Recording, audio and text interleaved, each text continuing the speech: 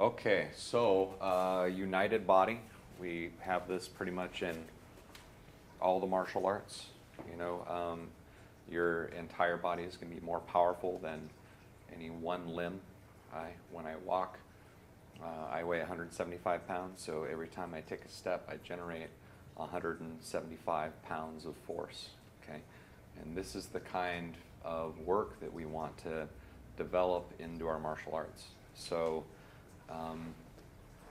there are a lot of different schools of thought. So I'm going to be meshing a bunch of different things that I've learned from a bunch of different teachers. So your hip is your koshi. Your hip is the largest joint in your body, and the center of your koshi is your tanden. Now, when I take my tanden and I move it back, my toes come up. When I take my tanden and I move it forward, my heels come up. Okay? And I can take my tanden and move it over one foot, and the other foot will come up, and vice versa. And each time I'm doing this, I'm generating a lot of power, but because it's balanced properly, it's very effortless.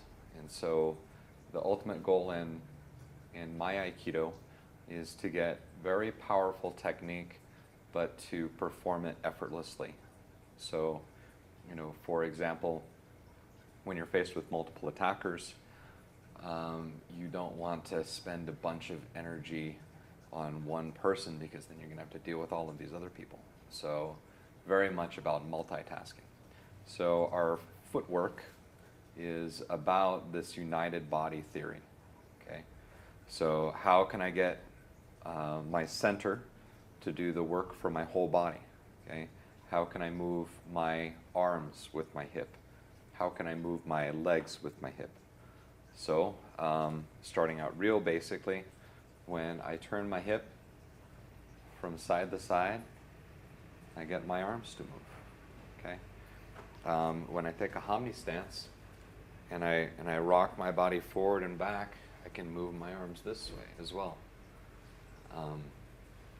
The tricky part is, how do I get my hips to move my legs? Okay. Well, if you watch a baby learn how to walk, they're doing it. Okay. They're moving around. They're trying to figure out how to take that first step, and then they put their foot out, and they have to, because if they don't, their face is going to smash into the mat. So taking this a little bit further, if I take my tanden and I move it to one of my heels, the ball of my foot comes up over here. Right? Same thing over here. If I move my tanden to the ball of my foot, my heel will come up. And if I can move my tanden so that the ball of my foot comes up here, then when I twist my hip, I can move my foot this way. Okay? Okay? And this is where we start to develop our Tai Sabaki, our footwork. So when I'm moving here, I naturally move into a Hamni. Okay? So moving from horse stance, or just standing normally, to moving into Hamni. And basically what I've done is I've taken this movement of kaiten. Kaiten is like the first basic footwork. And I've broken it down into a bunch of smaller movements. Right? So I bring up the foot and turn it here and back. Okay? And now thinking about stepping and sliding. Okay? I don't want to lift up my foot to move it. I want to load my weight onto my back foot so that the front foot comes up, and then as I push it forward, again, I'm using my hip to get this done.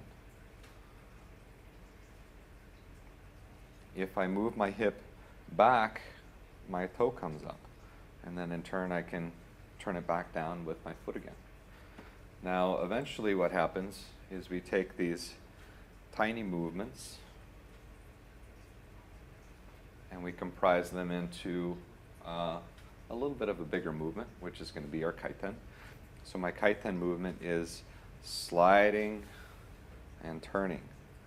And as I slide forward, I'm going to twist my foot so that my heel digs into the mat. and then I'll drag my other foot back, again using my hip. So again, first movement is kaiten. After kaiten comes the tenkan movement. Okay? Where basically I'm pivoting on my front foot to bring the rest of my body around. Okay?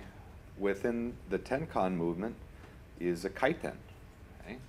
So I move kaiten, and then I step back. Okay? Kaiten, and step back. After tenkan comes Arimi tenkan. Okay? And within Arimi tenkan is tenkan and kaiten. Okay? Stepping forward, kaiten, and step back. Okay? Another way to incorporate your united body into the Arimi tenkan is moving your arms. Okay? So when I step forward, my arms come up. When I turn, look behind me, my arms fall as I step back.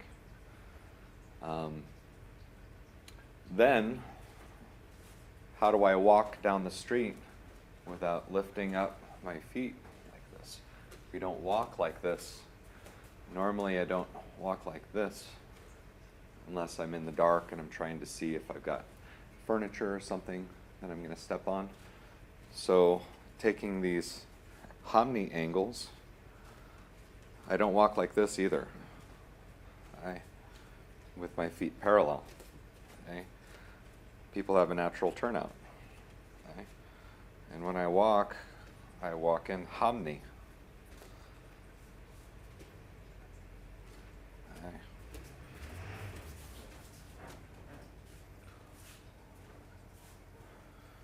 Okay?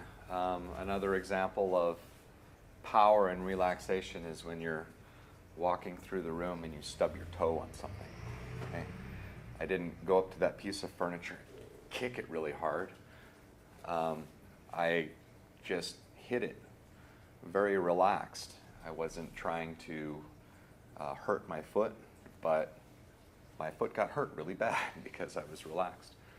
So those are just basic ideas of Tai Sabaki and united body movement.